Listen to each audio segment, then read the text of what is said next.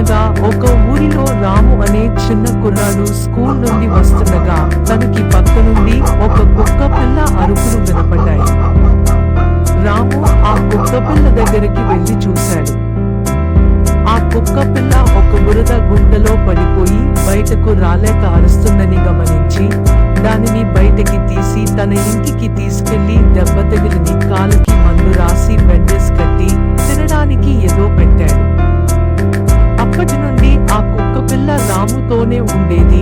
దానికి పప్పి అని ముద్దుగా పేరు పెట్టాడు. స్కూల్ వదిలిన తరువాత ఇద్దరు సరదాగా గడిపేవారు.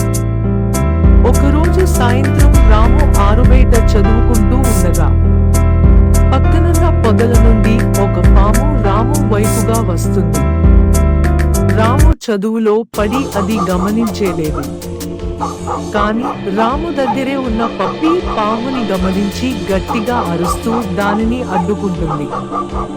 పప్పి అరుపులకి రాము కూడా పాముని చూసి దూరంగా వెళ్ళాడు.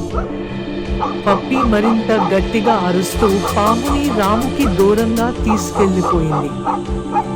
దాంతో రాము హమ్మయ్య అని ఊపిరి పేర్చుకుని తను చేసిన సహాయానికి పప్పిని హత్తుకుని మురిసిపోయింది.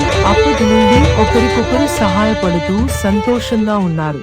మనం చేసిన సహాయం ఊరికే పోదని ఈ కథ తెలియచేస్తుంది. ఈ వీడియో మీకు నచ్చినట్లయితే లైక్ చేయండి, షేర్ చేయండి. ఇలాంటి మంచి మంచి వీడియోస్ గురించి మా ఛానల్ని సబ్స్క్రైబ్ చేయండి.